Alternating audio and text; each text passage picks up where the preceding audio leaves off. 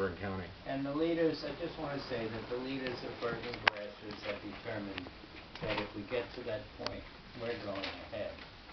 I think we need to know. I think the 1,100 members of the county committee and everybody in Bergen County who considers himself a Democrat, or it's Democratic or whatever, has the right to know whether the laws that exist, the bylaws, are going to be honored. Now, the man, according to what we have been told, the decision to ignore our 2007 petition, it was never considered.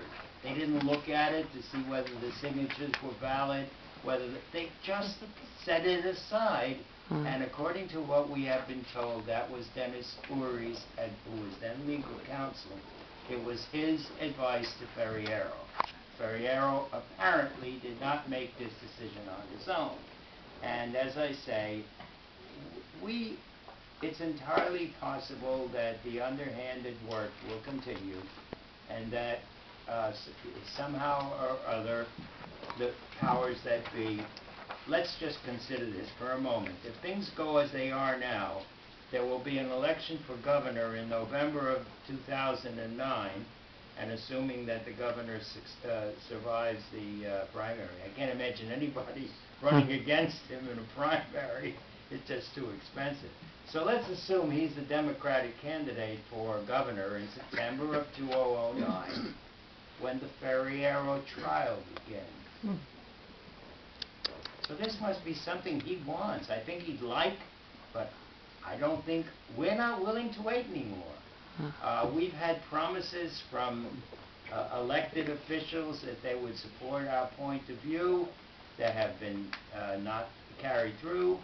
And so, you know, we've had it. We've had enough. Enough is enough, as many of us said during the Obama campaign. Enough is enough. It's easy for us to do.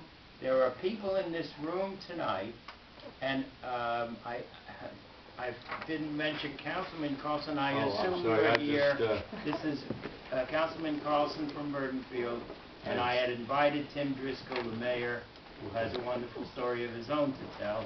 I assume you're representing... I am, and anything I'll bring back to the other. You might see the mayor. Hopefully we'll see him. Oh, okay, great. I've been introducing the elected officials, so I wanted to make sure... I wanted to really quickly just echo your point, and if there is any doubt, I've been battling these people for 4 years as an elected official. Well known.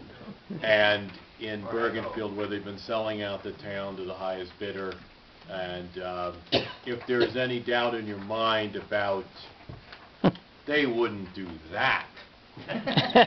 They will do, you know, this crew will do whatever is available to them. If there's a legal mechanism on the book, you can assume that they will do. You know what the metaphor I would use, or the example I would use, is as we move through the 8 years of the soon-to-be-gone Bush administration, probably several times we said to ourselves, he wouldn't do that. And, you know, with the difference that I don't think Joe Ferriero thinks he's on a mission from God, but that subtle difference, I think that the mental attitude is the same. Never doubt this crew, and whatever, I would support any active steps that would be taken to do it now.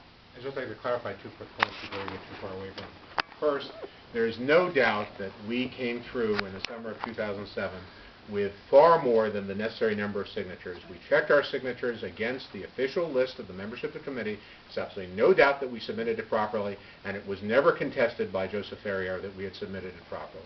There was never any allegation that our signatures were improper. They didn't challenge it. They just didn't challenge it. They simply disregarded it. They simply failed to follow state law. Second, just speaking personally for myself, I'm a lifelong Democrat, the child of 2 lifelong Democrats, and my mother was a member of the Bergen County Democratic Committee a long time ago. The Stevenson years, for those of us who remember those. Oh, yeah. Wow. All right.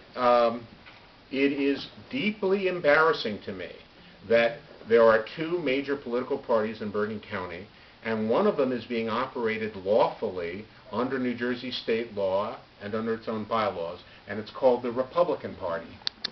And one of them is being operated in violation of our state law and in violation of its own written bylaws, and it's my party.